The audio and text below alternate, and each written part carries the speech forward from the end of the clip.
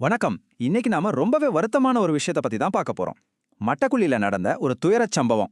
அத பத்தியும், அது நமக்குள்ள எழுப்புற சில முக்கியமான கேள்விகள பத்தியும் தான் இந்த பதிவுல விரிவா பார்க்க போறோம். ஆமாங்க.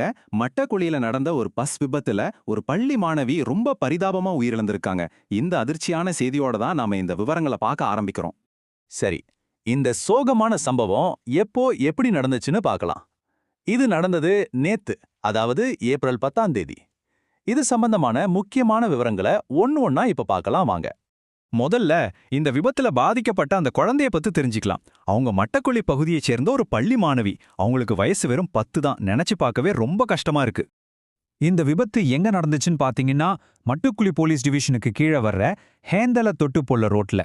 அதுவும் பட்டப்பகல்ல நண்பகல் நேரத்துல தான் இந்த கோர சம்பவம் நடந்திருக்கு.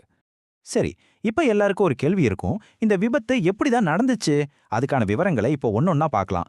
கிடைச்ச தகவல் படி அந்த சம்பவம் எப்படி வரிசையா நடந்திருக்குன்னு இப்ப நமக்கு தெரிய வந்திருக்கு. முதல்ல அந்த மாணவி பஸ்ஸை விட்டு இறங்கியிருக்காங்க. அப்புறமா ரோட்டை கிராஸ் பண்ண முயற்சி செஞ்சிருக்காங்க.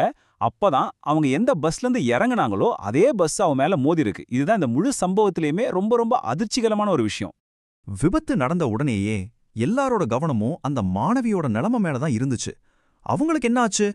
விபத்துல ரொம்ப மோசமா அடிபட்ட அந்த மாணவிய உடனே அவசர சிகிச்சைக்காக கொழும்பு தேசிய வைத்தியசாலைக்கு கொண்டு போயிருக்காங்க. ஆனா ரொம்பவே வருத்தமான விஷயம் என்னன்னா, அவங்கள ஹாஸ்பிட்டலுக்கு கொண்டு வரதுக்கு முன்னாடியே வழியிலேயே அவங்க உயிர் பிரிஞ்சிருச்சுன்னு மருத்துவமனை தரப்புல இருந்து சொல்லியிருக்காங்க. சரி, இந்த துயரமான சம்பவத்துக்கு அப்புறம் அதிகாரிகள் என்ன நடவடிக்கை எடுத்தாங்கன்னு பார்க்கலாம். இந்த விபத்து நடந்த உடனேயே சம்பந்தப்பட்ட அந்த பஸ்ஸோட டிரைவரை போலீஸ் கைது செஞ்சிருக்காங்க. ஓகே, டிரைவரை கைது செஞ்சிட்டாங்க. இப்போ இந்த கேஸோட ஸ்டேட்டஸ் என்ன, தற்போதைய நிலவரம் என்னன்னு நாம பார்க்கலாம். இதுவரைக்கும் நாம பார்த்த விஷயங்கள ஒரு தடவை சுருக்கமா சொல்லணும்னா, இந்த விபத்துல இறந்தது ஒரு 10 வயசு பள்ளி மாணவி. அவங்க பயணம் செஞ்ச அதே பஸ்ல தான் விபத்து நடந்திருக்கு.